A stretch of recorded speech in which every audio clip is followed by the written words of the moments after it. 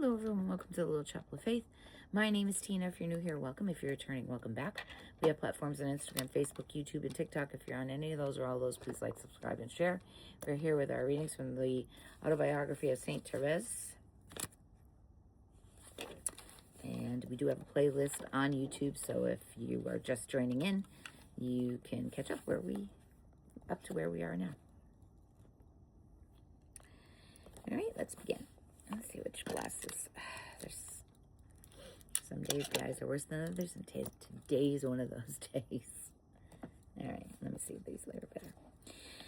Jesus also teaches me to give everyone that asketh thee, and of him that taketh away thy goods. Ask them not again. It is much harder to give to all who ask than to offer our services spontaneously. Nor is it so hard to comply with a friendly request. But if we happen to be asked and attacked this way, we are at once in arms unless we are rooted in perfect charity.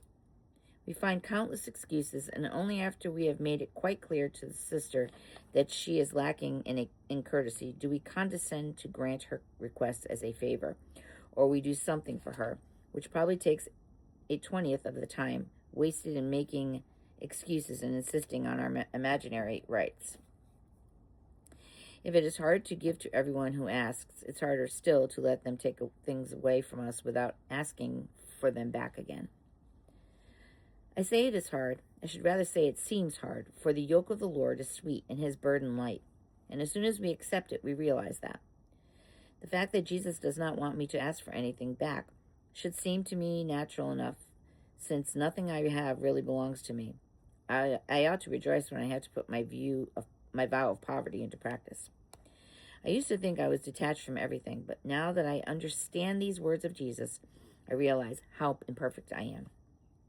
If, for example, I find my brushes all over the place when starting to paint, or if a ruler or a penknife has disappeared, I have to take strong hold of myself to resist demanding them back from asperity. As I really need them, there is no harm in asking, and I am going against what Jesus asks if I do so in all humility. On the contrary, I am only acting like the poor, who hold out their hands for alms and are not surprised if they are refused because nobody owes them anything. What peace floods a soul when it soars above natural feelings? The joy of the truly poor in spirit is beyond all compare. When they ask dishearteningly for something they need, and not only is it refused, but what they already have is taken away, they follow our Lord's advice. If any man take away thy coat, and let go thy cloak, also unto him.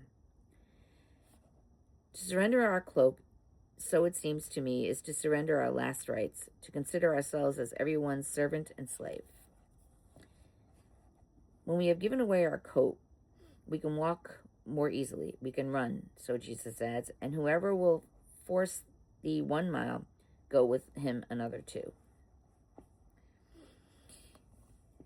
It is not even enough for me to give to all who ask. I must go beyond their desires and show myself very honored and only too glad to offer my services. If something which I normally use is taken away, I should appear happy to get rid of it.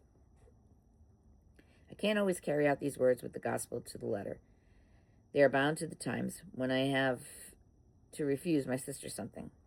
When we are so deeply rooted in charity, we can always find a way to refuse so charmingly that our refusal gives more pleasure than gift would have done.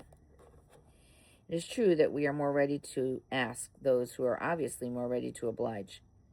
Nevertheless, we must never avoid those who ask for help too readily, on the pretext of having to refuse for our divine Master has said, "For him that would borrow of thee, turn not away." Nor should I allow myself willingly for the sake of appearances or in the hope of receiving from some service in return, for our Lord has also said, if you lend to them of whom you hope to receive, what thanks are to you? For sinners are to lend to sinners, for to receive is much. But you do good and lend, hope for nothing, thereby, and your reward shall be great. The reward certainly is great, even here on earth, and it is only the first step along the path that is difficult. It seems hard to lend hope, hoping to receive nothing.